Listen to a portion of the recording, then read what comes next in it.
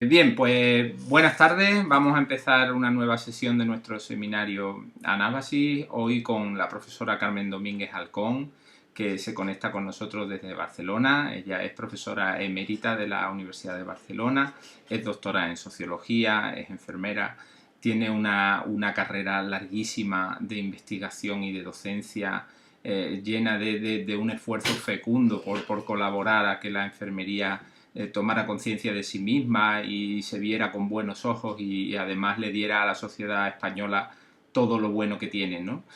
Hoy es una suerte poder contar con ella. Le estoy enormemente agradecido por haber aceptado la invitación de hablarnos de la vocación enfermera después de siguiendo a Max Weber. Y bueno, pues vamos a dedicar esta sesión, como hacemos habitualmente, a escucharla primero a ella durante más o menos una hora. Y después pues tendremos un espacio para poder dialogar entre nosotros. La profesora Domínguez Halcón va a utilizar una presentación que yo iré pasando a su indicación y que ahora compartiremos. Muchas gracias, Carmen, por estar con nosotros y tienes la palabra. Muy bien, pues buenas tardes, mis queridos colegas y amigos. La iniciativa de incluir el tema de la vocación entre las sesiones del seminario me parece una idea excelente, ya que en mi opinión sigue siendo muy necesario prestar atención y clarificar cómo entendemos esta y otras nociones o conceptos esenciales en relación con el cuidado y la ética del cuidado, en enfermería y en general en las profesiones, con especial énfasis en aquellas que incluyen vertientes de servicio a la población. De manera que agradezco muy sinceramente la invitación del doctor González Sanz para compartir hoy algunas reflexiones con ustedes sobre la vocación en relación con la aproximación de Max Weber. Esto me ha dado ocasión de releer algunos de los textos fundamentales de este autor, explorar consideraciones que plantean otros autores que profundizan en este tema desde la perspectiva de las profesiones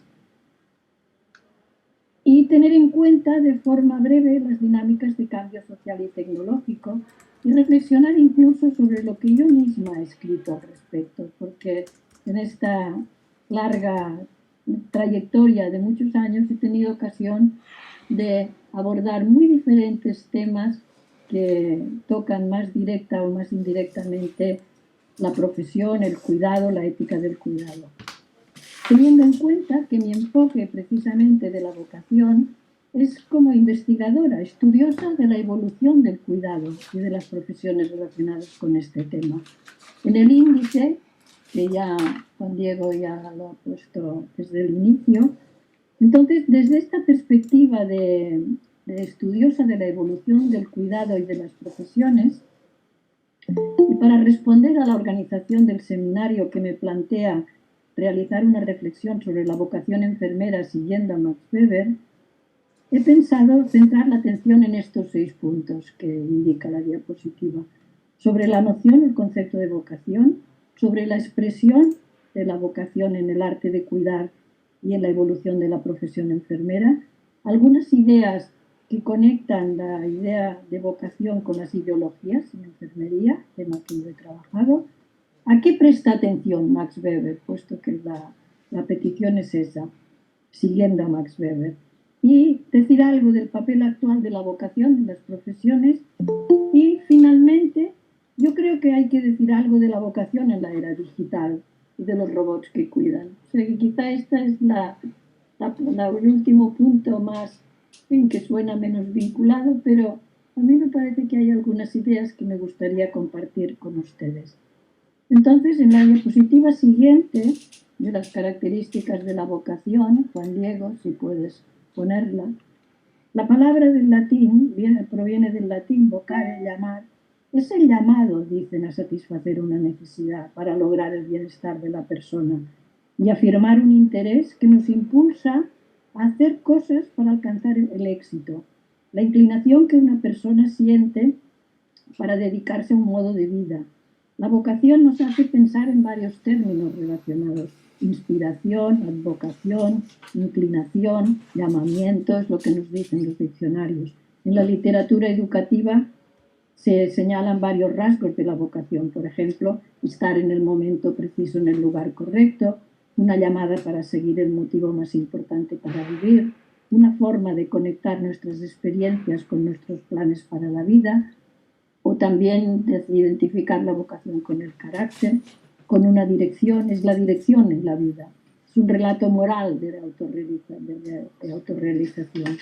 Son diferentes términos relacionados e ideas relacionadas con la vocación. En la diapositiva siguiente, la vocación en diferentes ámbitos,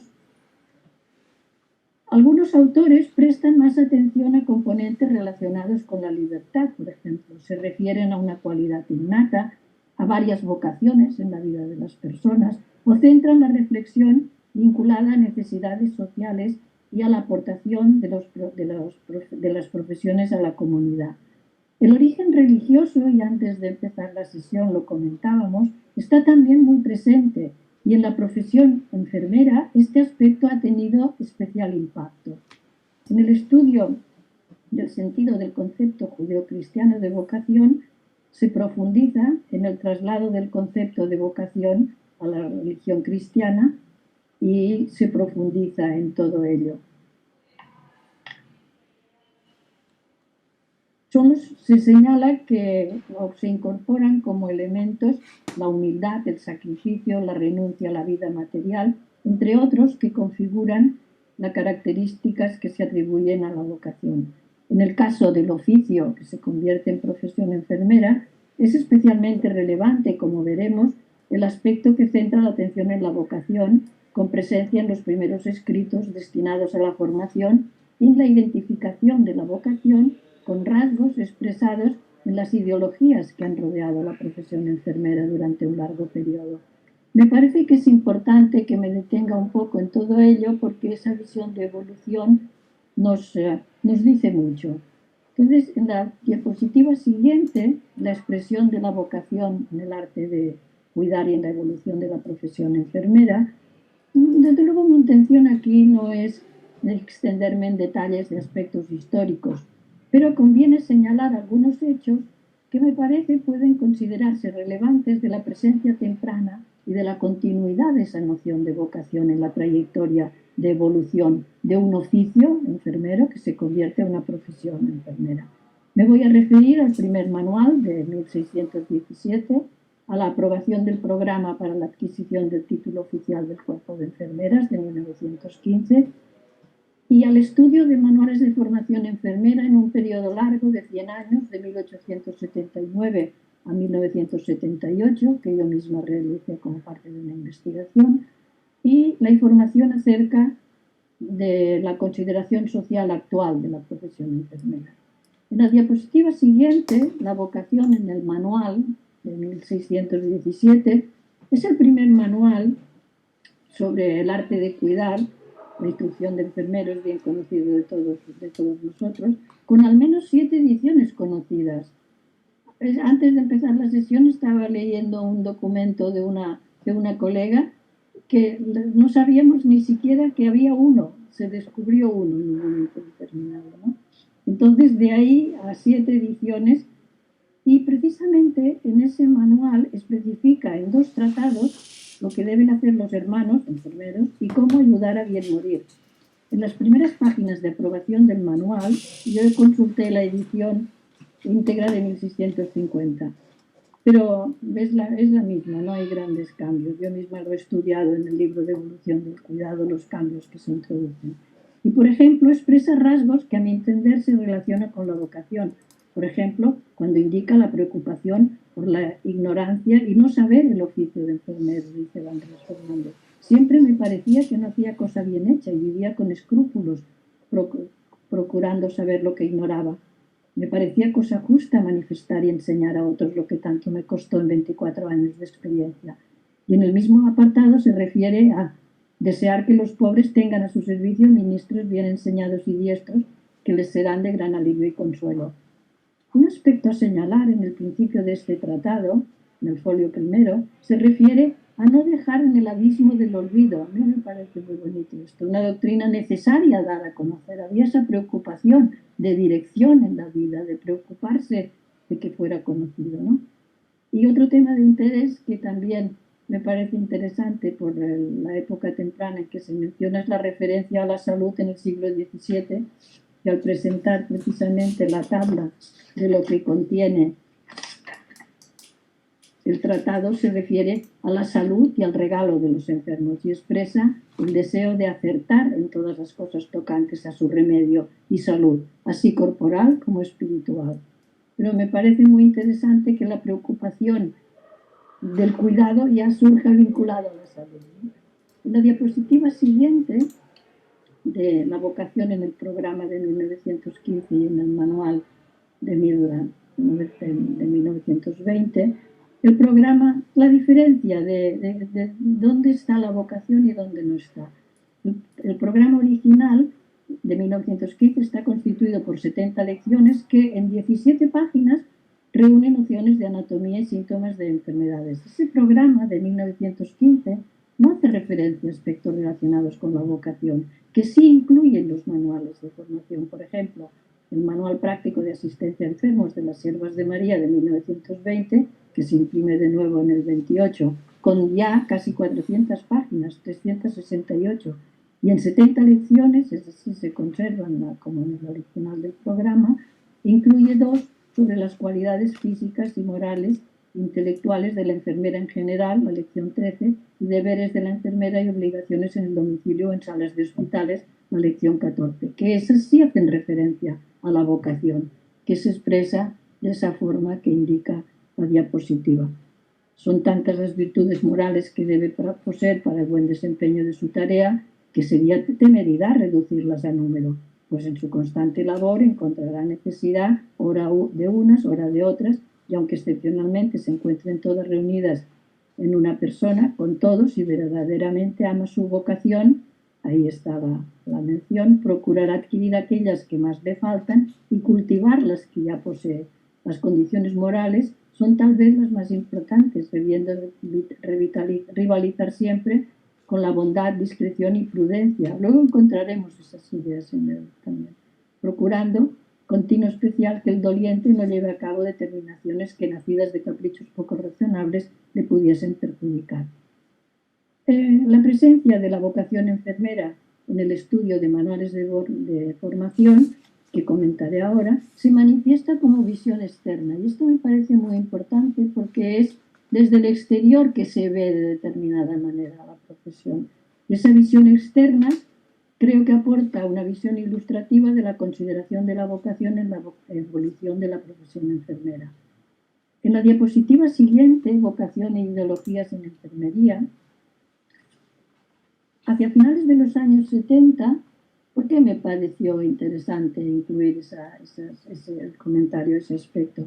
Porque yo a final de los años 70 del siglo pasado, del siglo XX, en una investigación personal, estudié el tema de la vocación como parte de las ideologías que han rodeado la profesión enfermera durante un periodo de 100 años, de 1879 a 1978. Esto está publicado en un par de mis libros, luego las referencias están en la bibliografía. Ese tema de la vocación como parte de las ideologías que han rodeado la profesión, la realicé analizando textos de formación enfermera de ese periodo y posteriormente me pareció tan interesante lo que salía que he completado esas ideas con otros datos posteriores, como luego iré explicando. Los resultados, centrémonos en estos primeros 100 años como continuidad al manual del 617 y al programa, que son como 2 ejemplos que tratan de la vocación. En ese periodo largo de 100 años, según se desprende de los textos estudiados que presentan la visión externa a la profesión, ponen énfasis en la misión apostólica, destacando los aspectos de la profesión como sacerdocio, de la filantropía a la caridad, con desinterés y amor al prójimo, la característica del ministerio y valores sagrados que se ha atribuido a la profesión enfermera, desde luego queda ampliamente reflejada. También la idea de sacrificio, quizá ahora ese no es tanto, deberíamos profundizar en ello por esto. Lo digo por un comentario que hacíamos antes de empezar la sesión, que es muy interesante esa idea del sacrificio ligado al altruismo impuesto, ¿no? ese sacrificio realizado con piedad y con amor, con la misión de bondad y altruismo. Incluso en los textos más recientes, al final de este periodo de los años 70, se refieren a la profesión como netamente altruista. En la diapositiva siguiente, vocación e ideologías, la número 2, esa visión externa que se centra en la vocación y la profesión evoluciona y en investigaciones personales posteriores hasta la actualidad me refiero a 2020, 21 y 22, ¿no? La característica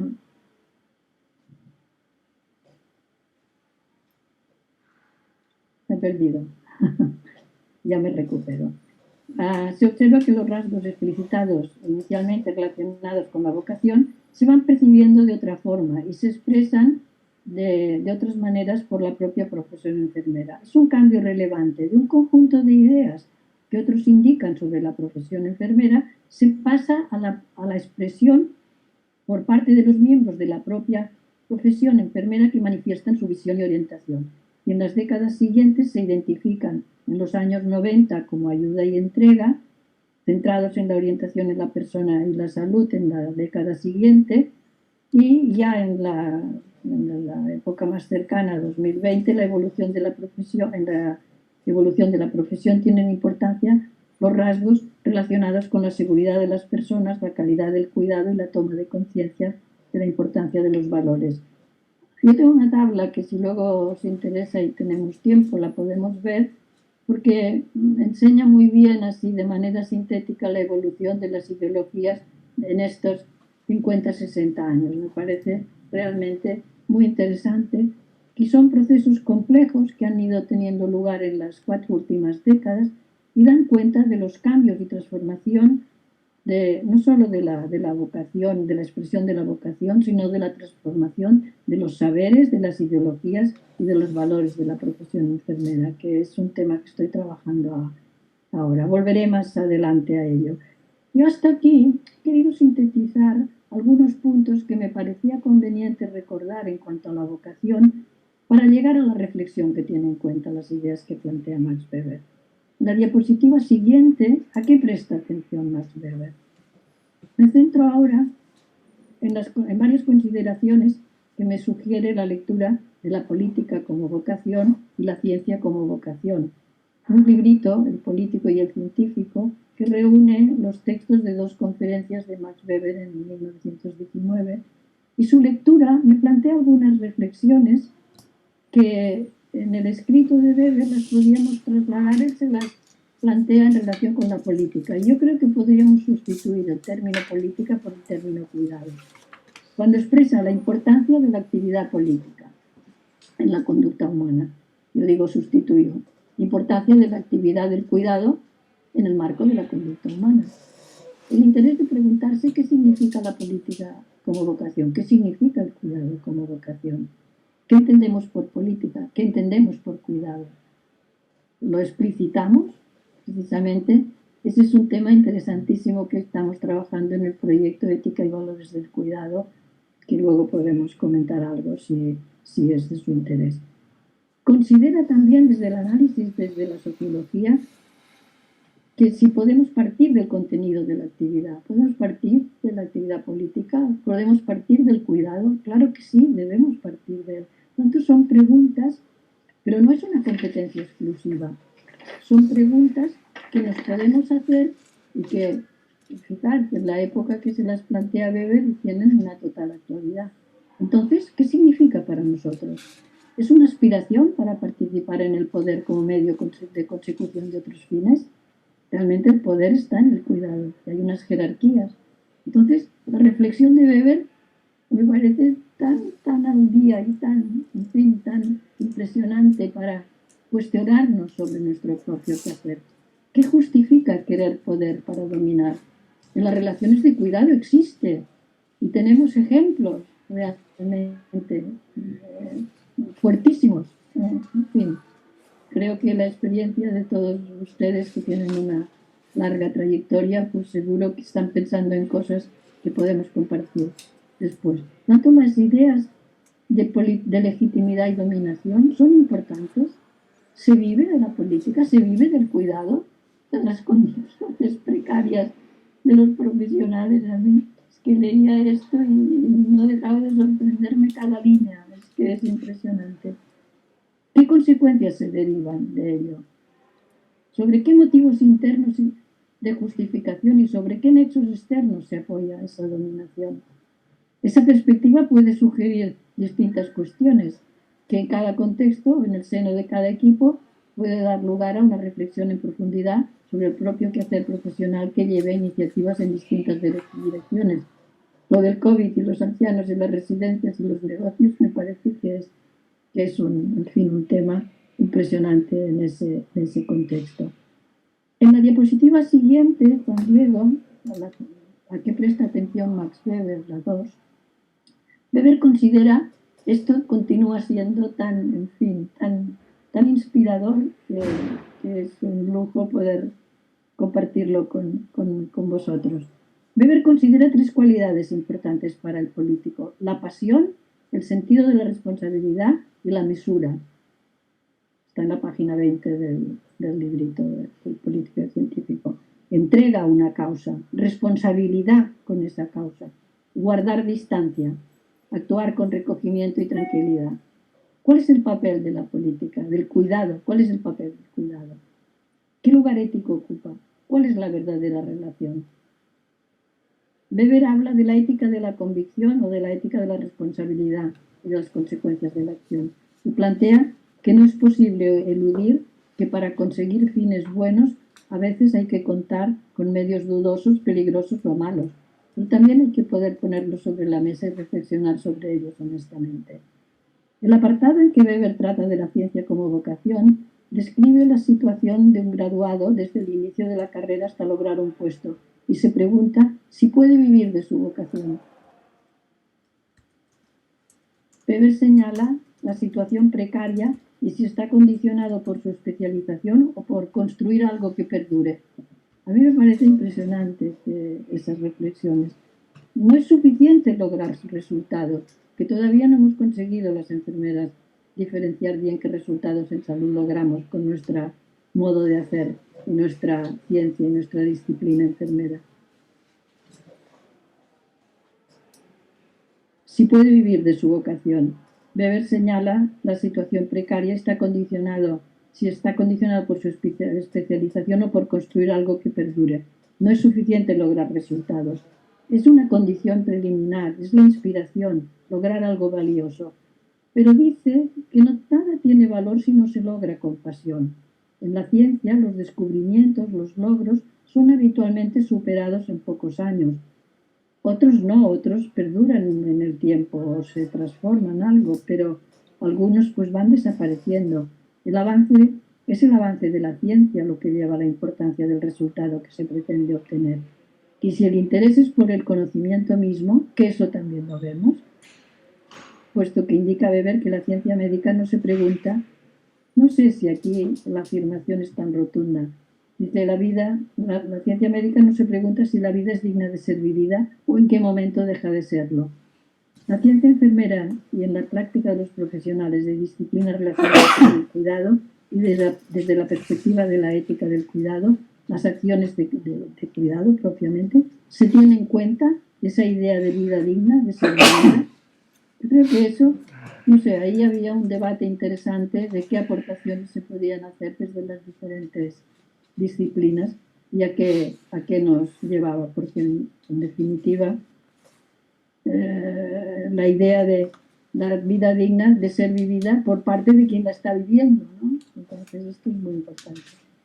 Desde luego el tiempo limitado de la presente sesión no permite ampliar el ejercicio de ir formulando y respondiendo a las preguntas y consideraciones que surgen al colocar el cuidado como centro de la reflexión, que es mi propuesta, en el tema complejo, objeto de interés en la sesión de hoy.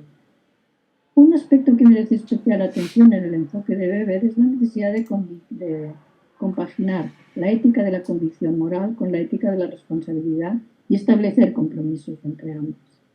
Son reflexiones que en cuanto se inician pueden ofrecer el marco de un amplio abanico de respuestas posibles y de nuevas preguntas que desde luego sobrepasan el objetivo de la sesión de hoy, pero que sin duda ninguna merecen dedicarles tiempo, atención sensible y crítica que identifique los componentes de la vocación, su evolución en el tiempo y en la trayectoria de las profesiones. Varias de las preguntas y tratar de darles respuestas es parte de enfoques que se desarrollan en el proyecto de ética y valores del cuidado. De momento, mi propósito hoy era despertar el interés por alguno de los puntos en que he centrado la atención durante la charla y, si es posible, seguir debatiendo sobre ello y llegar a consensos de acción, yo creo que ya sería una perspectiva útil. Vamos a ver el papel actual de la vocación en las profesiones en la diapositiva siguiente. Indagando acerca de posicionamientos sobre la vocación en las profesiones, me interesó por la aproximación que realiza de la Cortina, que en un escrito sobre ética de las profesiones en el 1998 se refiere a la vocación al situar algunos aspectos esenciales a tener en cuenta en ese ámbito. Considera que una profesión es un tipo de actividad social a la que desde Max Weber se han atribuido un buen número de características. Cortina destaca que una profesión presta un servicio específico a la sociedad de forma institucionalizada. Ese servicio ha de ser indispensable para la producción y reproducción de la vida humana digna. Afirma que la profesión se considera como una suerte de vocación que exige contar con unas aptitudes determinadas para su ejercicio, con interés por la meta que la actividad persigue, con sensibilidad hacia el sufrimiento de la persona enferma, con preocupación por transmitir el saber, formar en la autonomía y afán por la justicia. El profesional, al ingresar en su profesión, se compromete a perseguir las metas de esa actividad social. Transcurridas 2 décadas, a la cita que me acabo de referir de la Cortina en el 98, ella misma en el 2014 indica que un buen profesional tiene que tener cualidades para su profesión, una oportunidad para ponerlas en práctica y proporcionar un bien a la sociedad, compitiendo consigo mismo para sacar el máximo interés que pueda. Sacar el máximo que pueda en el interés. Se necesita, por tanto, vocación y excelencia.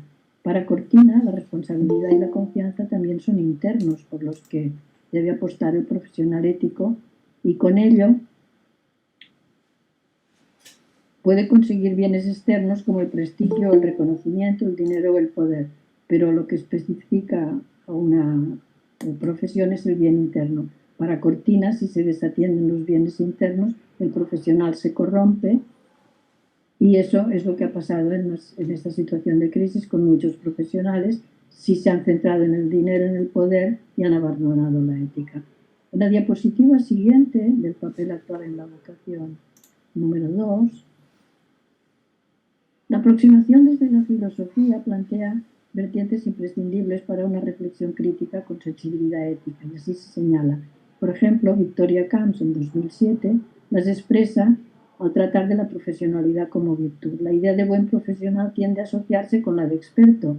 La excelencia profesional se relaciona con estar en posición de competencia. Es ese plus, ese deber moral de las profesiones sanitarias. Preservar el daño, evitar la corrupción y la injusticia, la necesidad de acompañar la excelencia científica con la excelencia y exigencia ética. En la realidad actual, en 2022 y desde la perspectiva enfermera, la noción de vocación sigue presente entre los rasgos que se atribuyen a las profesiones. Se expresa desde la propia percepción enfermera, como ayuda, lo comentaba al inicio de la charla, como ayuda y entrega en los años 90, con orientación hacia liderazgo y autonomía enfermera en los años hacia ya el siglo XXI, centrada en la orientación en la persona y la salud, y ya en la actualidad la evolución de la profesión enfermera muestra que tienen importancia los rasgos relacionados con la seguridad de las personas, la calidad del cuidado y la toma de conciencia de la importancia de los valores. Las iniciativas del siglo XXI van consolidando tendencias innovadoras con liderazgo enfermero.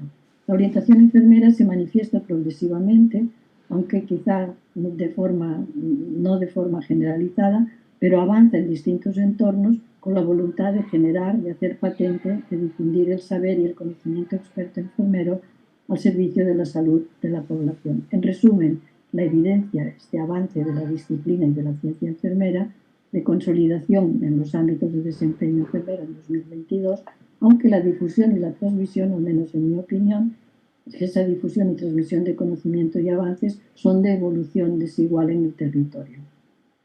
En la diapositiva siguiente de presencia social de la vocación, algunas pinceladas de esa presencia social. Por ejemplo, en los medios de comunicación, pues en la revista de redacción médica que se publicita como el diario líder de la sanidad española, dice: el COVID eleva la vocación enfermera, es la profesión más buscada en 2020. En la información sobre formación del Instituto de Formación Sanitaria y de otros centros se considera la vocación casi requisito imprescindible, o se hace mención a que es una profesión vocacional. Desde luego, en Estados Unidos es habitual la denominación de la enfermera vocacional licenciada. La vocación, pues, sigue teniendo un lugar preeminente y los rasgos que la identifican consideran factores acordes con el cambio de valores. Según el reciente estudio de Díez Nicolás de 2020, indica que en el contexto actual se produce un cambio en la prioridad de escala de valores que muestran los resultados de las encuestas al señalar una disminución de la preferencia de los valores postmaterialistas de autoexpresión en las sociedades de mayor desarrollo económico y social y un incremento de la tendencia hacia los valores materialistas que se expresa en la creciente preferencia por el valor de la seguridad acompañado del valor autoridad inicialmente manifestado en algunos países. Lo relevante es que se hace patente en actitudes y conducta profesional que, junto con el conocimiento y habilidades, configuran y determinan la identidad enfermera y la capacidad de producir conciencia de acción. Paso ya al último punto de vocación en la era digital, robots que cuidan. Voy terminando y me pregunto cuáles son los puntos a retener en este apartado final. El propósito de mi presentación ha sido sugerir temas, preguntas, reflexiones de que como profesionales nos hacemos o debemos hacernos. Así que voy a terminar con 3 aspectos que me sugieren las lecturas recientes que con motivo de la presente sesión he consultado y son las siguientes y quizá pues ustedes verán si podemos compartirlas o quiero decir o hay otras que sería interesante considerar. La primera de ellas es cómo considerar, no sé si han leído el libro de Katsuo Ishiguro, de Clara y el Sol. Si lo han leído, entenderán mi pregunta. ¿Cómo considerar el interés y preocupación del robot Clara por su propietaria Josie? Clara y el Sol. Bueno, esa es una primera consideración desde la ficción, que relaciona ese libro que he leído recientemente, Clara y el Sol, el premio Katsuo Ishiguro. Es una ficción que muestra nuevas relaciones de robots con los humanos que me hacen pensar en Clara, que es una amiga artificial o una AA, cuidado de niño. Pasa sus días en una tienda esperando que alguien la adquiera y se la lleve a casa, a su hogar. Mientras espera, contempla el exterior desde el escaparate, observa a los transeúntes, sus actitudes, sus gestos, su modo de caminar. Este es todo de algunos episodios que no acaba de entender. Clara, desde luego, es una AA singular. Es observadora y ha de hacerse preguntas. Y como sus compañeros, necesita el sol para alimentarse, para recargarse de energía. ¿Qué le espera en el mundo exterior cuando salga de la tienda y se vaya a vivir con una niña que le han comprado esa amiga robot para estar con ella? Comprende los comportamientos, los repentinos cambios de humor, las emociones, los sentimientos de los humanos. Es muy interesante porque muestra toda la relación, los cambios de relación y cómo el robot pasa a ser un elemento más de la familia en este entramado de relaciones.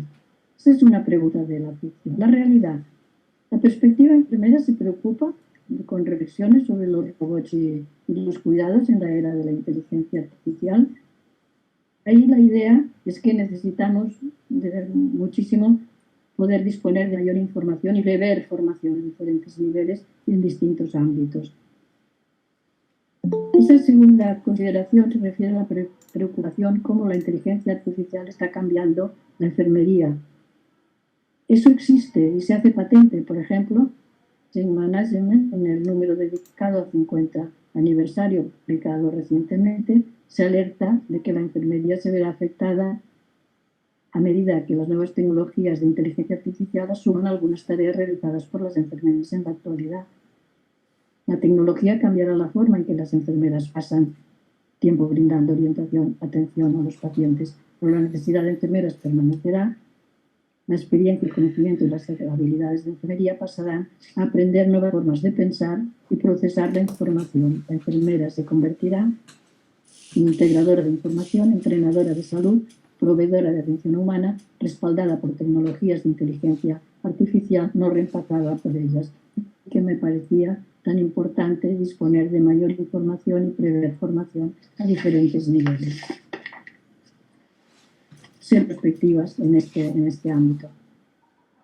Pero seguramente todavía no con la intensidad que requiere el tema, la aproximación realizada hace patentes inquietudes vinculadas a dimensiones del cuidado relacionadas con la... Yo misma he hecho pues, una incursión en ese ámbito y he investigado, me he aproximado a la interacción de los humanos y los robots que cuidan, a las experiencias del uso de robots en hospitales de Cataluña y la diversidad de perspectiva y que pensamos que es buen cuidado en la era de los robots. Claro, antes era muy fácil, lo habitual era programar el robot para determinadas funciones, los humanos daban órdenes y el robot las obedecía. Con la inteligencia artificial eso cambia, porque la máquina imita funciones cognitivas que asociamos a percibir, razonar, aprender, resolver problemas. En esa nueva perspectiva, el robot es un sistema inteligente capaz de escribir su propio programa, que se define como estructura de programación capaz de almacenar y utilizar sobre un área determinada que se traduce en capacidad de aprendizaje. La propuesta es repensar la robótica y la inteligencia artificial en un enfoque de entramado de relaciones como empieza a proponerse ya en algunos escritos actuales. En la bibliografía tienen algunas referencias al respecto. Lo que nos lleva a otro ámbito, que es de la participación de todos los agentes implicados en las situaciones y decisiones de cuidado que les afecten y en el que también se requieren avances. Y termino ya, es la última. Es la última diapositiva, bueno, la penúltima, evitar el autoritarismo digital. Esa perspectiva que estoy comentando me hizo consultar la normativa sobre la inteligencia artificial en la Unión Europea. La pueden encontrar en la red, es interesante ver, en fin, cómo se enfoca. Pero sobre todo me interesó una serie de posicionamiento de algunos expertos conocedores y respetados por sus aportaciones. Yo me fijé en Yuval Noah Harari, que en el encuentro sobre emergencia digital en el Mobile World Congress celebrado recientemente en Barcelona manifestó lo siguiente, me parece, pues unas ideas finales, unas ideas como muy valiosas para terminar con ellas. Como historiador, decía Harari, veo que la gente tiende a olvidar las lecciones del pasado. Algunas de las lecciones más dolorosas del siglo XX se olvidan ahora y la gente está volviendo a ideas en la esfera política y en la esfera social de las que pensábamos que nos habíamos librado para siempre. Sumar esa tendencia a las nuevas herramientas y al aumento de información sobre el comportamiento de las personas puede derivar en un autoritarismo digital. Para evitarlo, Harari nos ofrece una hoja de ruta con 3 puntos. 1. Que los datos que se recopilen sobre mí se usen para ayudarme, no para manipularme.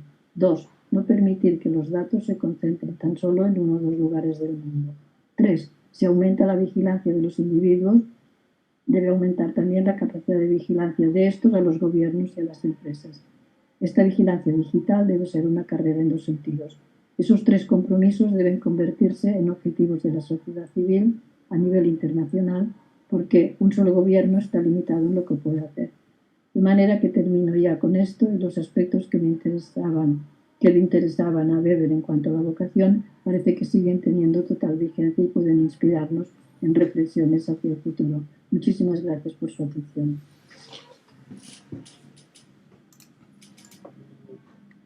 Muchas gracias, Carmen. Ha sido desde luego un placer escucharte. Se nos han ido incorporando nuevos amigos a lo largo de tu intervención, a los que aprovecho a dar la bienvenida ahora. Y desde luego, pues ahora empezamos en el tiempo de las preguntas y de los comentarios a las ideas que nos has sugerido. Así que aquel de vosotros, aquella de vosotras que quiera iniciar el debate, pues adelante. Vamos a por ello, que el tema es interesantísimo. Recordad que tenéis que reactivar vuestros micrófonos para hacerlo. Abajo a la izquierda. Desconozco si en esta aplicación hay una mano. Me imagino que la habrá, pero no sé dónde está. No se puede levantar en directo, ¿no? No, la verdad es que no lo sé. Concha, bueno, sí, qué así alegría también se verte. puede hacer. Pues nada, Concha, empieza tú, ya que levantabas la mano. ¿O era solo un gesto de decir cómo era? Bien, bien, bien. Bueno, si nadie quiere empezar, empiezo yo, ¿eh? Que No, Concha tiene cosas que decir. tengo aquí unas cuantas cosas. Dime, Concha, adelante. No, es que, buenas tardes, y me Hola. encanta veros. Besos. Pero es que he llegado tarde porque estaba en Cogitare, entonces Claro. no he podido oír todo. Pero sí que luego hablaré, porque sí que he leído el libro de La Clara y el Sol. Y tengo cosas escritas sobre inteligencia artificial, así que luego os cuento. Pero el comienzo no lo he escuchado, entonces prefiero esperar a luego. Muy bien, pues estupendo. Bueno, pues entonces mientras los participantes se animan, Carmen, yo sí, lo primero decirte que realmente me siento muy, muy reconfortado de ver que tu lectura, la lectura que una persona bien preparada como tú hace de Weber, coincide con la sensación que yo tengo. Eso me anima, ¿no? Yo decías, cada vez que abro aquí es que las frases, las líneas del texto me resultan entusiasmantes, ¿no? Me animan. Y a mí me pasa igual. Yo en el político y el científico encuentro que es un texto breve, son 2 conferencias, pero son 2 conferencias tremendas, ¿no? Es un Weber que está a punto de morir, es el año 1919, él va a morir en 1920, está en ese momento en el que Alemania está entre dos guerras, es una situación realmente terrible la que tiene, son conferencias que dirige a estudiantes que van a ser la generación, démonos cuenta que le está hablando a la generación que va a ser el nazismo, o sea, es decir, también los antagonistas del nazismo. Tiene delante personas que le oyen que son judíos, pero a la vez tiene a los que van a formar parte del partido nazi. O sea, es decir, leer estas conferencias es algo tremendo, ¿no? Y cuando yo te escuchaba identificar algunos de los puntos que a mí también me han resultado sugerentes y que por eso te hacía esta invitación a que vinieras a hablarnos de ello, pues me sentía muy reconfortado, ¿no? Fíjate, hay uno de los aspectos que es el que tú has mencionado sobre vivir para la política, vivir de la política. Yo creo que este paralelismo que tú has hecho entre la política y el cuidado es totalmente pertinente y que nosotros debemos insistir en esto siempre, en cada momento. La enfermería, como cualquier ocupación humana integral, es decir, algo que no es meramente una técnica, tiene las 2 dimensiones que Weber trabaja en estas conferencias, la política y la ciencia, es decir, el saber y la acción compartida, y la acción orientada hacia el conjunto. Entonces, cuando tú decías eso y dices, claro, ¿se vive para la política o de la política? Y dice Weber en la edición de Francisco Rubio Llorente, de Alianza, que es la que yo tengo, dice, en este sentido profundo, todo hombre serio que vive para algo, vive también de ese algo. Y fíjate, yo estoy viendo que el tema de la reforma protestante, ¿no? En la que estamos 4 siglos antes de lo que está hablando Weber, pero creo que Weber está hablando en un entorno especialmente marcado por la reforma protestante como es Alemania, y si algo transforma la reforma protestante es precisamente cómo se puede vivir del cuidado. Durante 10 siglos antes de la reforma, aquellos que vivían del cuidado lo hacían dentro del paraguas de la iglesia, con muy poquitas excepciones, ¿no? Eso tenía aparejado unos estilos de vida y demás, pero claro, a partir de la reforma protestante y de lo que ya conocemos todos como eso de la época oscura de la enfermería y todo eso, empieza a reconfigurarse la enfermería como profesión de manera que va a dar pie a que se pueda vivir de la enfermería sin estar bajo el paraguas de la Iglesia, de forma independiente. Eso va a tardar varios siglos en terminar de cuajar, y lo hará a raíz del modelo Nightingale justo a finales del XIX. Entonces, claro, cuando Weber dice en el año 19, justo hace 100 años, dice: todo hombre serio que vive para algo, vive también de ese algo, es que fíjate nosotros, ¿no? Todos nosotros, hombres y mujeres, hombres en sentido genérico, que estamos viviendo de la enfermería porque vivimos también para la enfermería. Y entonces nos estamos situando en esa perspectiva en la que Weber decía que hay que hacer la política bien, ¿no? O sea, que el político tiene que vivir para la política, pero tiene que vivir a la vez de la política, porque si no irá a la política a robar, ¿no? Como aquel que dice. Yo creo que este asunto es muy importante en el sentido de que sitúa la reflexión sobre quién paga al cuidador, quién paga al que cuida. Y nos pone ante la tesitura de evaluar si nosotros podemos vivir dignamente de la enfermería, que creo que es una respuesta a la que sería afirmativa. Pero no sé qué te parece a ti este asunto, si podrías ampliarnos un poco más tu perspectiva sobre él. A mí desde luego me parece impresionante. Bueno, es curioso. Perdón. Sí, adelante. Bueno, decía, acumulamos preguntas si queréis. No te preocupes. Contesta si quieres y No, ya y después. muy a bote pronto. Es decir, que, por ejemplo, vivir de la propia profesión es algo que recuerdo, salen las ideologías, en el estudio de las ideologías de la primera fase, la de los 100 años, sale, es justo que puedan vivir de ese trabajo, ¿no? Es decir, que se reconoce, de alguna manera ya está presente esa idea de que bueno, que además de hacer del altruismo, del sacrificio y de todo, que es justo que tengan algo para vivir. El otro tema es mucho más interesante. ¿Quién paga al que cuida? ¿Qué cuesta el cuidado? Eso María Ángeles Durán sabe mucho y ha escrito mucho sobre ello. Yo creo que esto, las enfermeras quizá se han metido poco en algunos ámbitos. Quiero decirte que hay algunas que sí, pero yo creo que hay todavía, en fin, profundizar en el valor justicia. Eso deberíamos ver cómo las enfermeras han abordado esto. No sé, me gustará oír después a Concha también sobre este aspecto. Pero hay dos vertientes. Quiero decir, el cuidado, y ahora estaba escribiendo, en fin, para otra cosa, pero la idea es que el cuidado es muy importante, pero no estamos proveyendo las condiciones necesarias para que sea realmente, para que se valorice, ¿no? Entonces, que bueno, hay muchas dimensiones y hay muchas entradas a hacer. Entonces, está la de que los propios profesionales con carrera y expertos y tal tengan una vía de progresión, realmente avancen en los saberes del cuidado. Después está todo el tema del cuidado a domicilio, del cuidado de los cuidadores. Entonces, está todo el tema de, bueno, ¿quién paga por ese cuidado y qué paga? Entonces, quiero decirte... Fíjate, Carmen, que eso está muy conectado con todas las discusiones que vienen desde la caída del antiguo régimen con cómo se paga el político. Porque el político del antiguo régimen es un hombre rico. Y sin embargo, a partir de la Revolución Francesa hay que empezar a plantearse cómo se sostiene el que personas que no provengan de la aristocracia puedan dedicarse a la política. Que es lo que está Weber, como tú bien has leído, es lo que Weber está analizando ahí, incluso en el sistema estadounidense, en el sistema francés, en el sistema alemán. Y nosotros lo hemos tenido hace 2 días. La irrupción de Podemos, por ejemplo, a raíz de en los últimos 10 años, supuso toda una denuncia del sistema de retribución de los políticos, y se puso encima de la mesa el hecho de si los políticos tenían que cobrar hasta un tope y tal.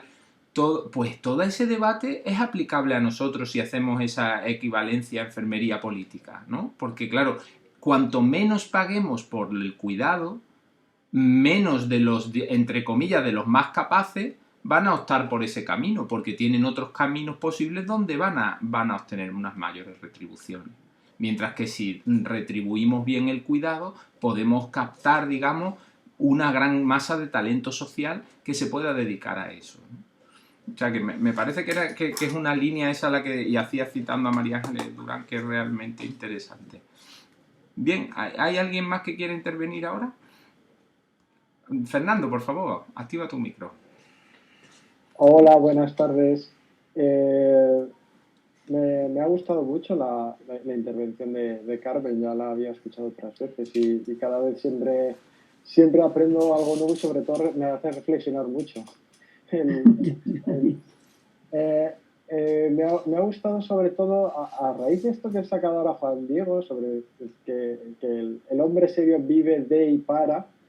Si tenemos en cuenta que la crisis de la pandemia de los 2 últimos años es fundamentalmente una crisis de cuidados, si echamos cuentas y lo pensamos fríamente, la mitad de los fallecidos en España los han provisto las residencias de mayores, que son menos del 1% de la población. Es que, o sea, yo creo que es un dato que no se habla y es esencial para analizar el impacto social de esto, ¿no? Claro, si lo ponemos en... Vamos a hablar de 2 Españas, ¿no? La España institucionalizada y la no institucionalizada. Estaríamos hablando de un país que ha perdido el 10% de su población por la pandemia.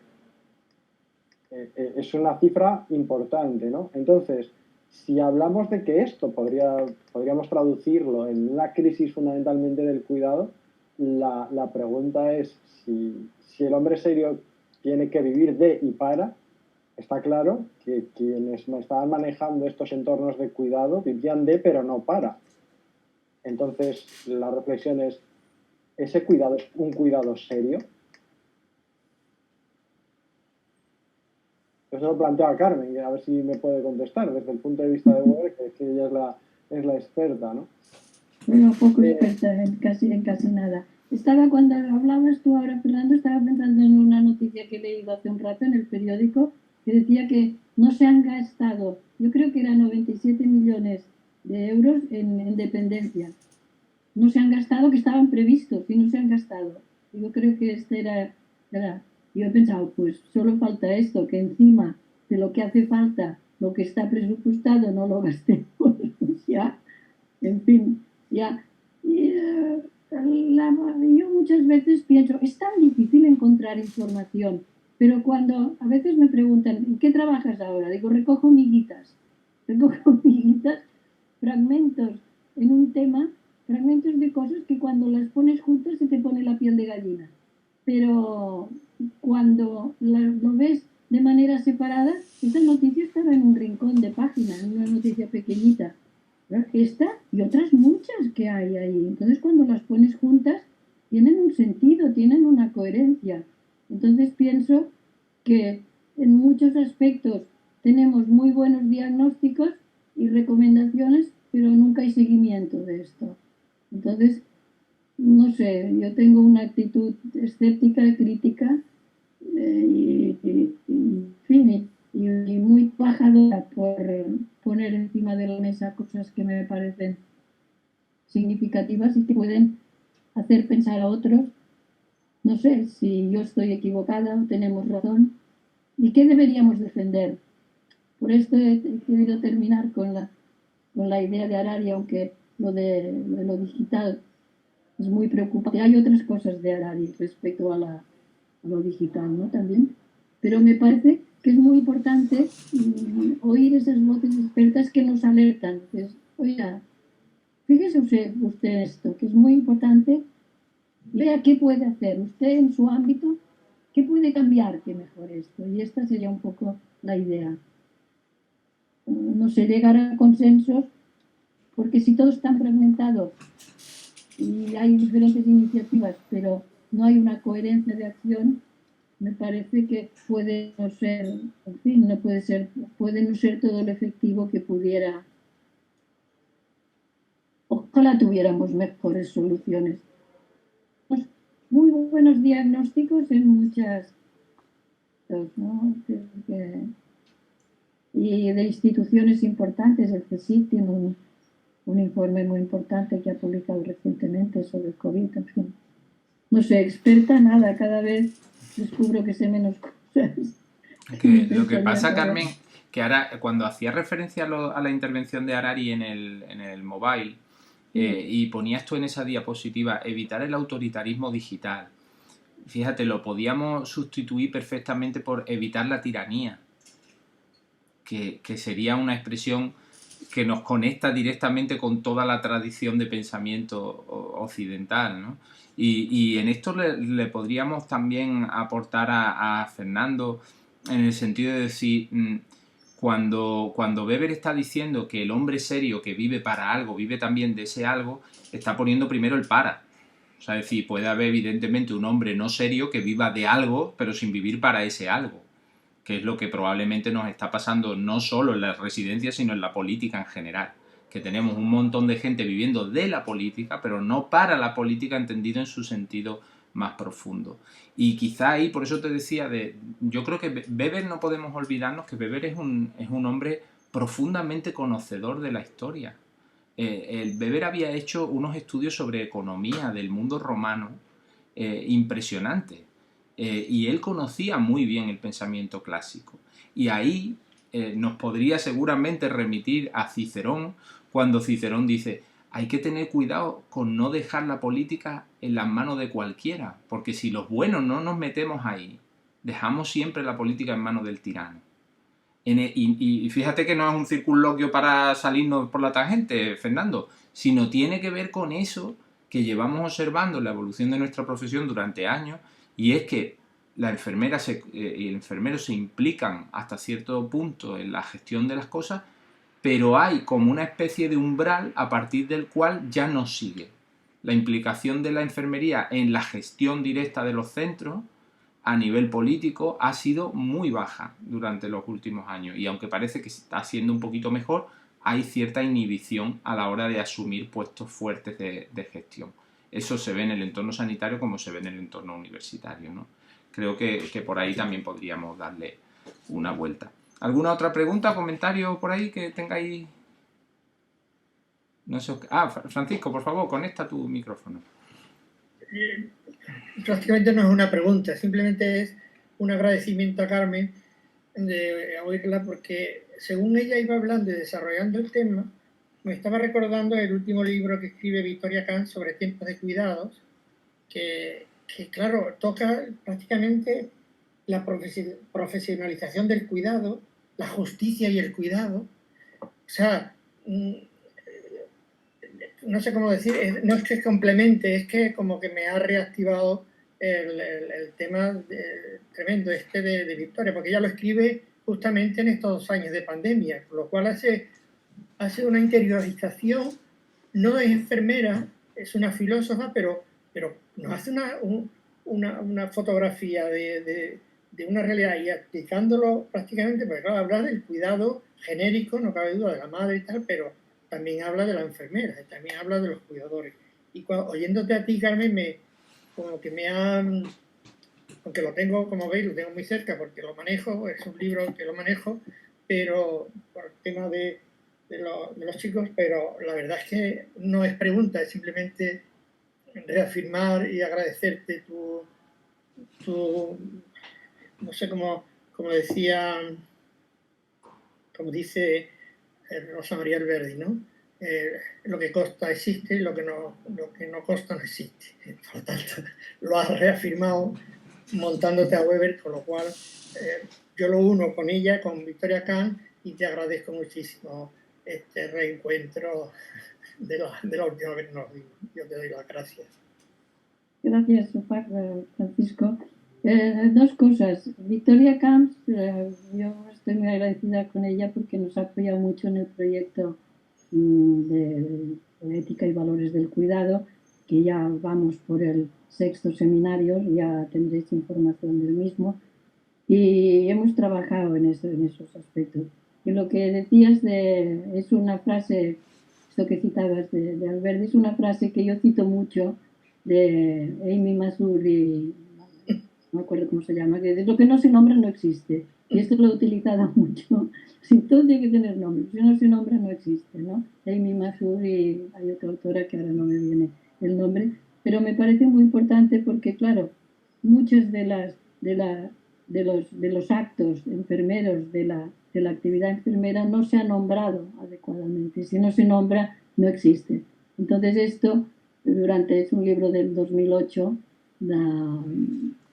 que, en fin, durante todo el tiempo que yo he enseñado políticas de género, pues ha estado realmente muy presente porque es muy importante. Lo primero es nombrar, entonces después a partir de ahí dar voz. Y de ahí viene la participación. Que en todo lo que estamos hablando es importante la participación de todos. Es como las personas mayores, nada sobre nosotros sin nosotros, ¿no? Quiero decir,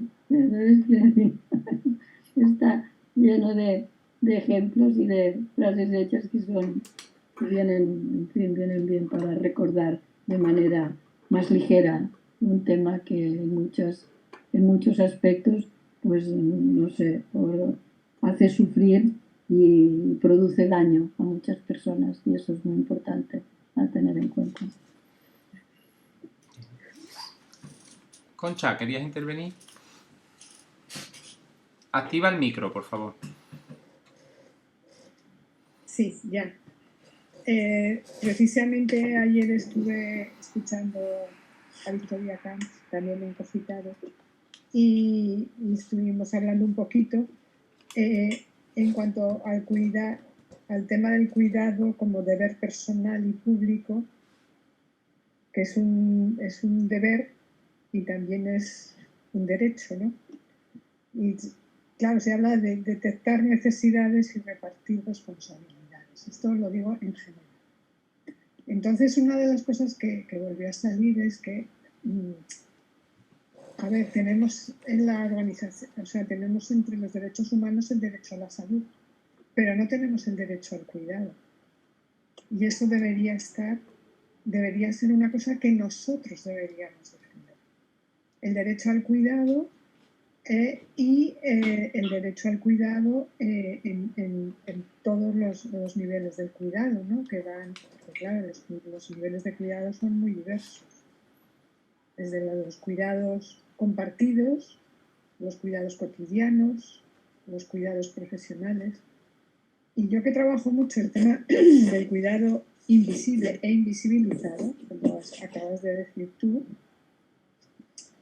invisibilizado quiere decir que si tú trabajas con personas que tienen un sufrimiento espiritual, por ejemplo, yo tengo un caso muy paradigmático que recuerdo de hace años, tienes que ocupar tiempo, pero para eso tienes que tenerlo. Si no tienes tiempo, no puedes hacer ese cuidado.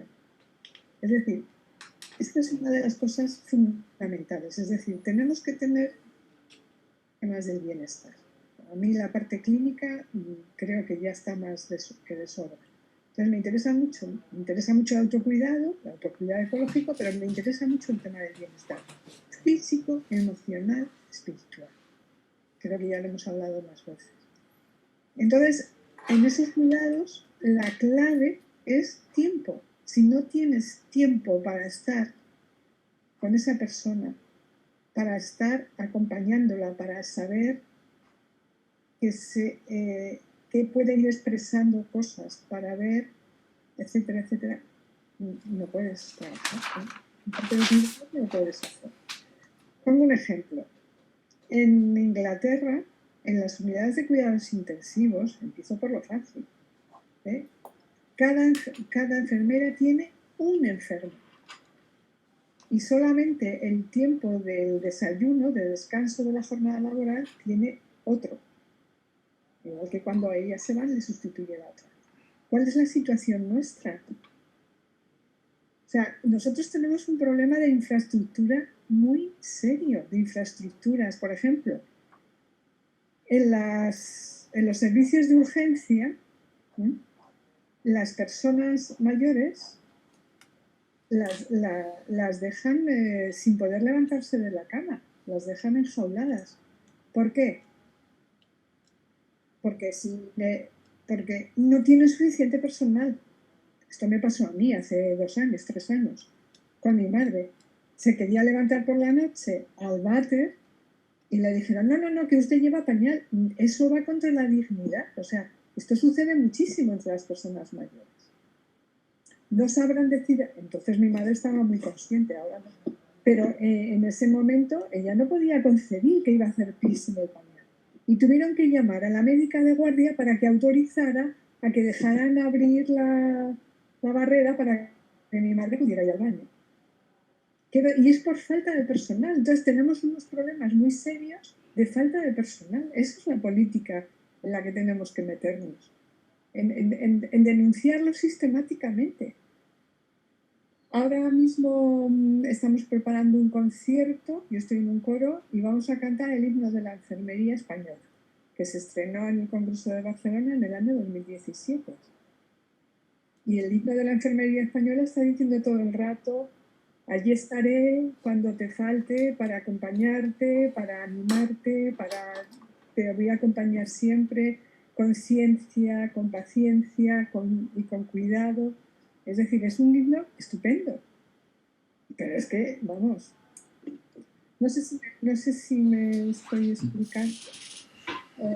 Yo siempre que tengo oportunidad, y en el congreso del año pasado de gestión, volví a decirlo. O sea, además en redacción médica lo ponen. Nosotros estamos 5 veces, me parece que estamos en 16 lugar en cuanto por debajo de la media española de enfermeras. O sea que no sucede con otras profesiones, como la médica, que está en el 5.º lugar. Pero cuando yo he hablado con algunos políticos para decirles esto, me dicen: no, pero es que eso no es así, porque es que en otros países meten a la enfermera y al auxiliar en la cifra global, por lo tanto, no son verdad. ¿Y esto de qué viene?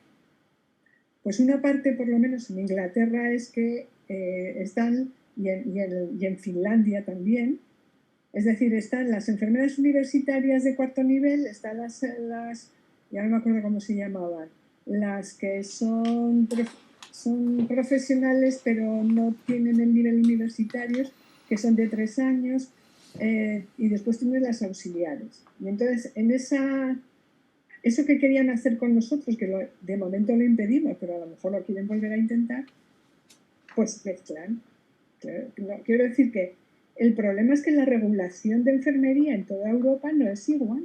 Y a lo mejor el político se defiende rápidamente para quitarse el problema de encima diciendo: no, es que como aquí han metido la junta todo, es muy complicado, pero tendríamos que estar ahí en todos los sitios. Bueno, por ejemplo, Carmen Ferrer sí que está metida en muchos tinglados. Aparte de que ha sido directora de área y directora de hospital, también ha estado en el Congreso con la pandemia. Pero claro, ella es muy clara y deja claro las cosas. Entonces, sí. Fíjate, Concha, de esto que tú planteabas, el principio de tu intervención estabas hablando del bienestar emocional, espiritual, tal, y creo que esto tiene mucho que ver con algunas de las cuestiones que ha planteado Carmen, y más allá de los efectos que tiene el déficit de plantilla o las situaciones de infraestructura a las que tú estabas haciendo referencia. El impacto que tiene esto en la calidad del bienestar espiritual también de la propia enfermera, del propio enfermero, que era un poco por donde iba el asunto del tema de la vocación, ¿no? No tanto el tema del efecto que tiene la enfermera y el enfermero sobre los otros, sino el proceso por el cual llega a ponerse en esa situación, es decir, todo lo que tiene que ver con ese responder a una vocación, ¿no? Entonces, ahí... fíjate, hay un párrafo de Weber que no me resisto a leer porque me parece realmente increíble y porque además quiero ahora conectarlo con una pregunta a Carmen sobre el tema de la inteligencia artificial y los robots, que me parece que ha sido algo muy, muy interesante, ¿no? En la segunda conferencia, la de la ciencia como vocación, está haciendo Weber referencia a la situación académica en la universidad alemana. Y fijaros el párrafo que viene a continuación. Dice: la vida académica es, por tanto, puro azar. Resulta casi imposible aceptar la responsabilidad de aconsejar al joven que viene a pedir una orientación sobre su posible habilitación. La habilitación, sabéis que es un proceso que tienen que pasar en Alemania, parecida a nuestra acreditación aquí, pero más real, no tanto en papelitos como en desarrollar una línea de trabajo propia, ¿no? Si se Atención, si se trata de un judío, hay que responderle naturalmente lasciate ogni speranza, abandona toda esperanza. Pero en conciencia, a cualquier otro, aunque no lo sea, hay que preguntarle también, y abre unas comillas, ¿cree usted que podrá soportar sin amargarse y sin corromperse el que año tras año pase por delante de usted una mediocridad tras otra? Cierra comillas. Por supuesto, la respuesta que se recibe es siempre la misma. Naturalmente, yo vivo para mi vocación. He de decir, no obstante, que yo al menos he conocido a muy pocas personas que puedan soportar esto sin daño para su vida interior. Cierro la cita de Weber. Estas dos palabras últimas, Carmen, son las que me gustaría que por favor conectaras un poco con este asunto de la inteligencia emocional y con lo que estaba planteando Concha del bienestar espiritual, ¿no? Si, ¿cómo voy yo a trabajar con el bienestar espiritual tuyo si el mío está hecho una pena? Si mi vida interior, si el ejercicio de la enfermería ha terminado por corromperme o por amargarme, ¿no? Que son las dos opciones que decía aquí Weber, ¿no? Es decir, o me ha hecho el ejercicio de mi profesión en las condiciones en las que Concha estaba ahora describiendo, que son las generales, eso me ha hecho daño a mí como persona, ¿no? Y ahora te digo, ¿tiene el robot vida interior? Y por lo tanto, ¿tiene el robot posibilidad de vocación? Porque claro, el robot tiene un programa, pero ¿tiene vocación? Porque una cosa es que esté diseñado para dar un servicio, incluso una inteligencia artificial. La gracia de la vocación, el punto de la vocación es que nosotros, a pesar de tener esa vocación, podemos bajarnos de ella. Podemos decidir abandonar la enfermería porque nos hayamos corrompido, porque nos hayamos amargado, porque nos hayamos hecho daño. El robot no. El robot no puede decidir, me bajo. Y ahí, no sé, hay una película que no sé si la has visto, tú citabas un libro, y yo te digo una película infantil muy curiosa, te va a gustar, porque es de un robot enfermero.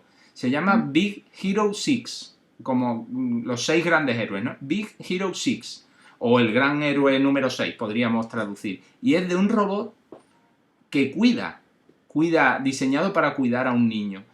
Fíjate, tú nombrabas la palabra sacrificio, haciendo un pequeño spoiler, el robot se sacrifica en un momento dado por el niño, pero no deja de ser algo que está dentro de su programa. Cuidar a la persona para la que está programado a cuidar. Vuelvo a la pregunta. ¿Cómo podemos nosotros pensar que un robot tenga vida interior? ¿O realmente esto que dice Weber, conectándolo con la vocación, es solo para nosotros? No sé, toda la trayectoria que hace Clara buscando el sol para Georgie me parece impresionante. No sé si tú eres de la misma opinión. No lo he leído, Carmen. Concha, que lo ha leído. A mí me parece el ejemplo maravilloso, ¿no? Es un libro muy agradable de leer y que te plantea muchas cosas. Sí. Porque realmente el robot es la persona, la Clara es un robot simpático, agradable, sobre todo que te da confianza, que no te traiciona, o sea, pero a la familia, ¿no? Quiero decir. Pero lo que te dice detrás es qué sociedad hay. O sea, tú tienes que ver detrás que es una sociedad muy destruida ya. O sea, que en cierto sentido, ahí no lo deja a la interpretación de cada uno, pero bueno, yo creo que eso está un poco idealizado. Hay un libro de la, a ver cómo se llama, de Termas, que es, ¿cómo se llama? Eso de la... Espera, que lo tengo aquí, os lo digo. Es muy interesante porque, como decía Concha, te hace plantearte cosas realmente. O sea, ¿se está sacrificando el robot? Sí, se está sacrificando, porque toda la explicación no vamos en fin, es porque quien esté interesado en leer el libro, yo creo que es un libro que te hace reflexionar. Y quizá ahora es ficción, pero yo estoy de acuerdo, hay un artículo, cito como referencia en la presentación, que es de Vallès, creo que Julio Vallès, que plantea pues el robot en el entramado de relaciones. Por eso hemos de saber más. Hay todo un libro que escribimos en el proyecto, es el tercer libro del proyecto, si lo veis, El proyecto Ética y Valores del Cuidado ha producido hasta ahora 5 libros, estamos redactando el quinto, y el tercero está dedicado a tecnologías y nuevas relaciones en el cuidado. Están todos en internet, las referencias de todo están en la bibliografía de la charla. Y ahí hay muchísima información que nos hace pensar, y precisamente en uno de los capítulos se plantea por esto, hasta qué punto, hasta dónde queremos dejar a los robots, que es un poco lo que tú dices de la sociedad. ¿Qué sociedad nos está enseñando? Que hasta qué punto queremos que el robot haga, pero hasta aquí, ya no quiero más. No sé, quiero decir que... No tengo el libro porque lo he debido de dejar. El Tegmax, que es un sueco, creo que es, o noruego, es escandinavo, es un activista del tema de la inteligencia artificial que está intentando reunir a muchas gentes de todo el mundo, de los que tiene, y que para hacer investigación sobre este tema, y él acaba con una cosa muy rotunda. O sea, los robots pueden ser una cosa de gran ayuda o puede ser el final casi el final de la vida humana. Porque depende de cómo los programemos. Efectivamente, eso es así. O sea, si nosotros queremos hacer... Es como el uso de la bomba atómica o como, por ejemplo, cuando se inventó la pólvora. En principio era una cosa buena para poder sacar piedra de las montañas y hacer obras, pero después se utilizó como arma de guerra. Entonces, ese es el tema. El gran reto está ahí. Entonces, o sea, a mí el libro de Clara me gustó porque te hace pensar, pero yo no sé, a veces yo soy optimista crónica, pero con el tema de la inteligencia artificial no lo soy. No lo soy porque no creo no sé en qué, o sea, es que no veo que tengamos muchas, lo siento, no soy optimista. En este librito que se llama Los robots sociales, que está hecho por una persona que lo preparamos íbamos a hacer en el año 2020 el encuentro de Aurora Más sobre inteligencia artificial y cuidados, y se quedó aplazado. Pues es un libro que yo lo recomiendo porque se me corta la pantalla de vez en cuando. Espera que lo pase, lo cierro y lo abro. Este libro es de Tomás Perales.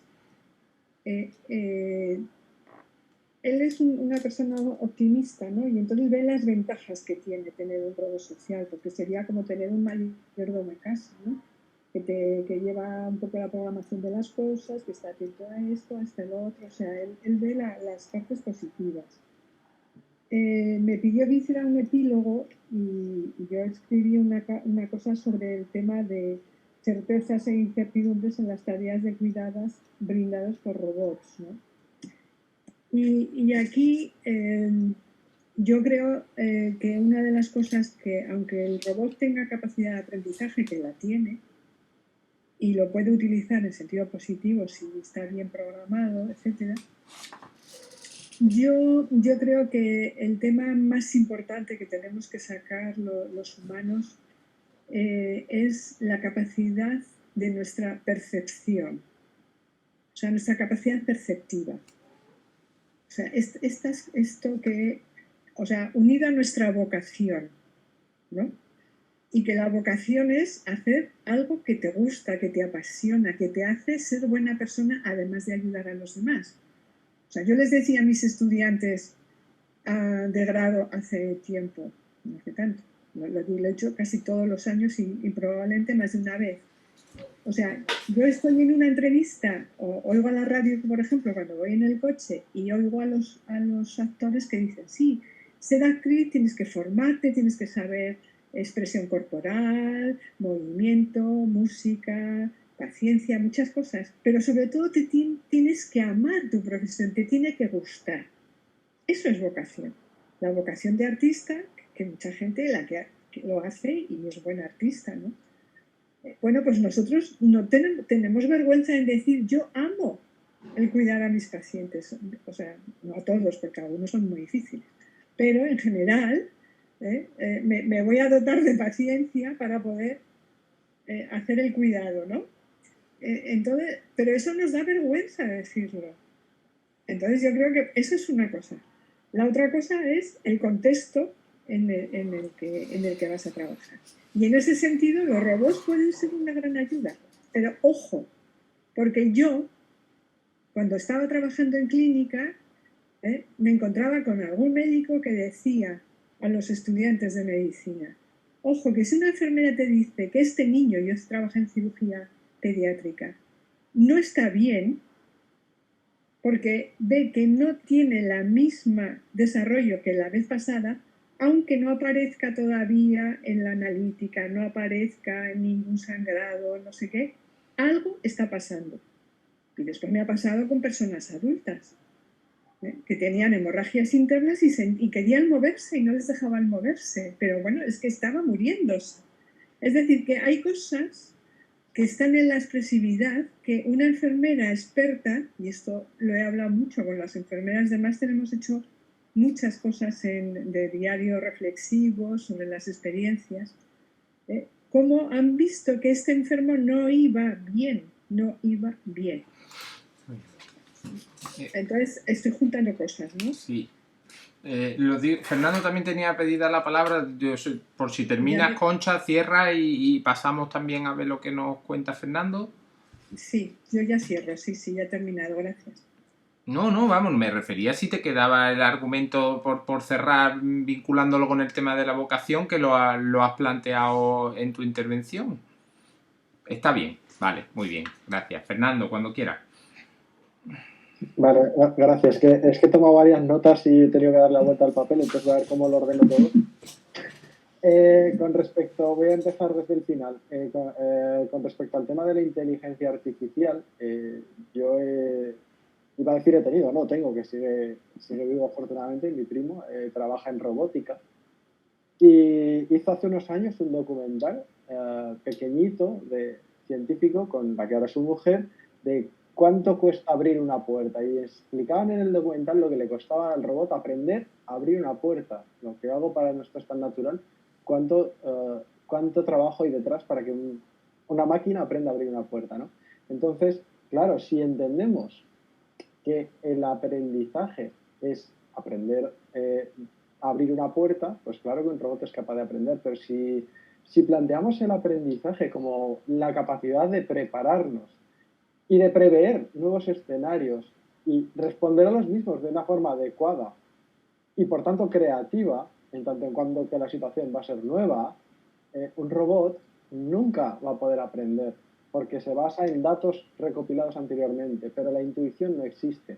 En una máquina la intuición no va a existir nunca.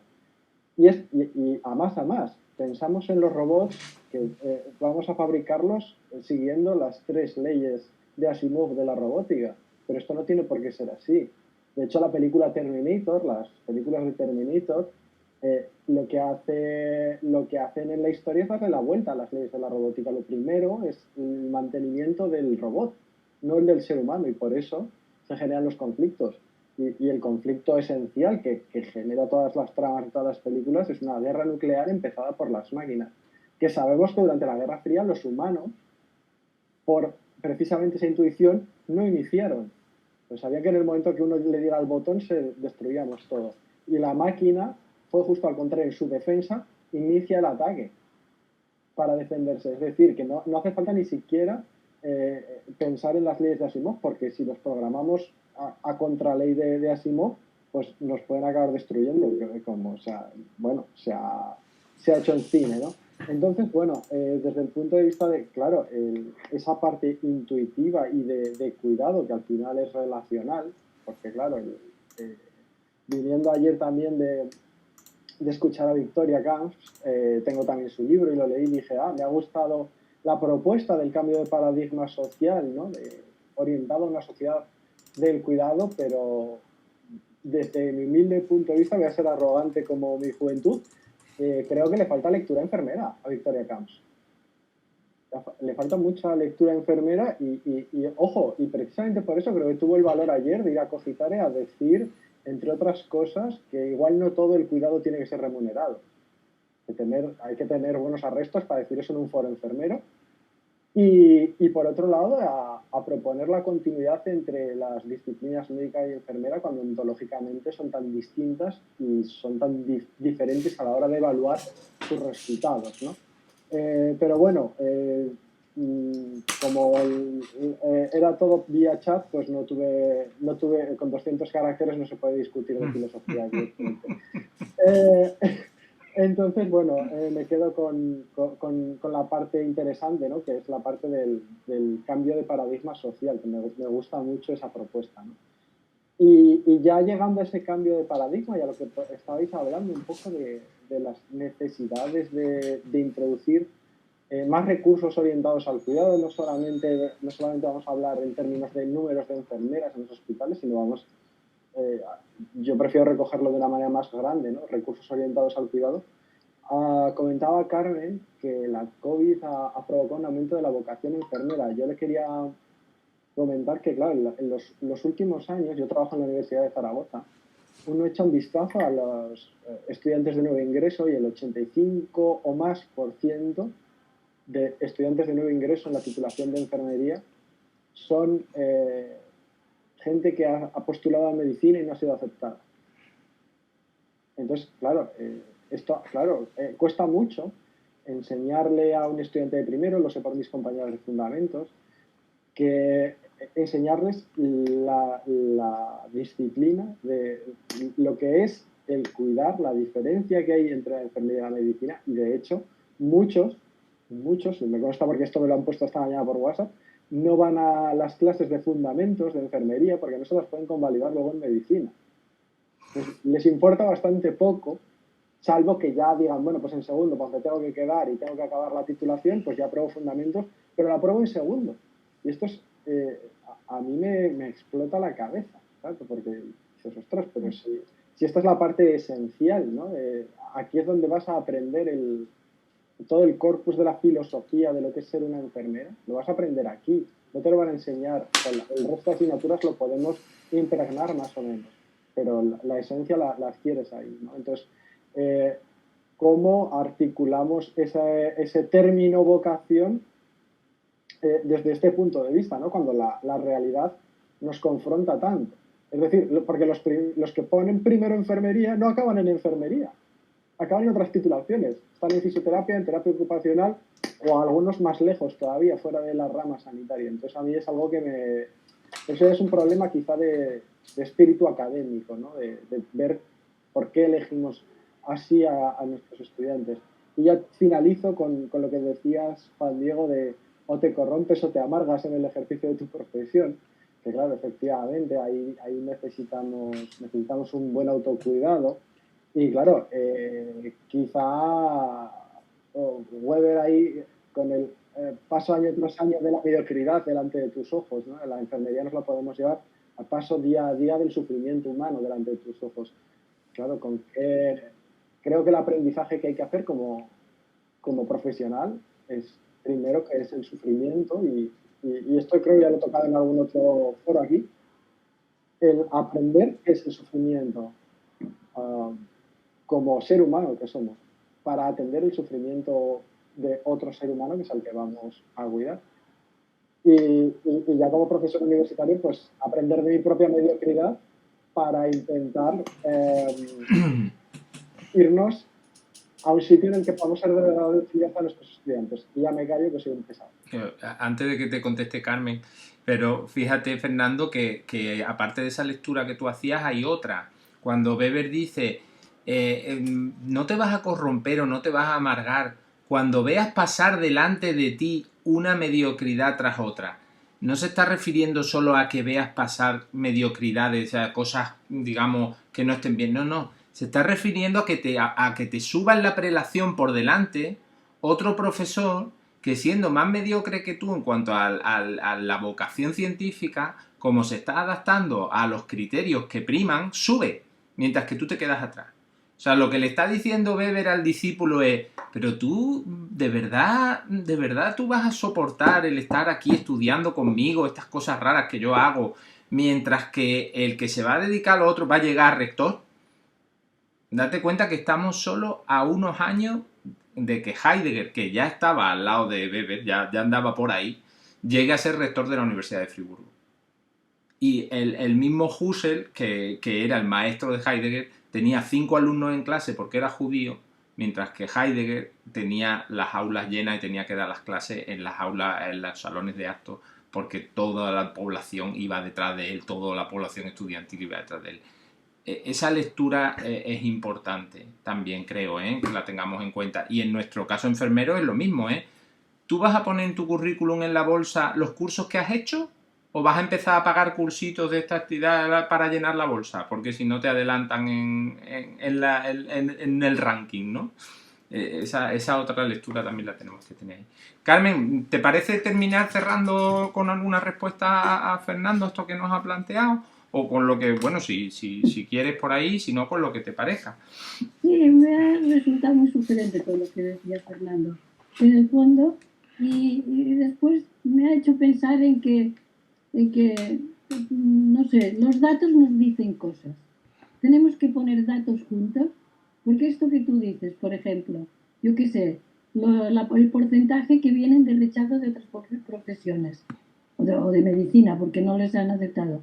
Ni una ni otra en este momento tienen unas condiciones de trabajo que sean, en fin, que sean aceptables, de carrera profesional, de satisfacción, de avance. Quiero decir que una carrera tiene que ser motivante, por mucho que tú quieras hacer, tiene que ser, oiga, me lo paso bien, con pasión. No se hace nada, los pintores hablan de pasión, el arquitecto habla de pasión. El que realmente está convencido de lo que quiere hacer, lucha por ello. Quiero decir que en ese sentido me gusta mucho Weber porque las condiciones que pone realmente son condiciones que yo comparto totalmente. Es igual, quiero decir, el proceso creativo es un proceso doloroso, pero que tienes que hacerlo con pasión, con interés, dándote tú a ello. Entonces, claro, pienso, bueno, en este momento somos muy masoquistas, porque si las condiciones son horrorosas, ¿no? O sea, entonces, ¿por dónde empezar? Bueno, pues yo pienso que para, sí, no sé, la guerra de los 100 años el primer día a las 8 de la mañana, ¿no? O sea, no sé, quiero decir que es una tontería, pero para darle un toque de en fin, muy, muy banal a un tema que es de una gran profundidad. Yo pienso que los datos nos dicen cosas. Y Fernando me ha hecho pensar en esos datos de los que se rechazan. Realmente optan. ¿Qué enseñamos en fundamentos? ¿Y qué estamos enseñando? ¿Y quién enseña fundamentos? Entonces, para saber realmente, hablamos del concepto cuidado y de ética del cuidado. No sé, si le preguntas ahora en el hospital de Zaragoza que tú frecuentes habitualmente a 3 enfermeras de distintas especialidades y de distintos niveles, pues, oye, para ti qué es el concepto de cuidado? No lo sé, ¿qué va a contestar? ¿Tú crees que va a contestar así a bote pronto? ¿Tienes idea de lo que es la ética del cuidado? ¿Para ti qué es ética del cuidado? Entonces, quiero decirte que claro, no sé, hay que empezar en cada centro, comparten unos conceptos básicos, aquello lo que no tiene nombre no existe, ¿no? Pues hay unos conceptos básicos en los comités de ética de que estamos hablando. ¿Y qué aspectos se tratan? Entonces, no sé, me da la impresión de que como hay tantas cosas que hacer, podríamos empezar por algunas, desde la responsabilidad profesional, desde la vocación, desde este sentido firme del orgullo de lo que uno está haciendo.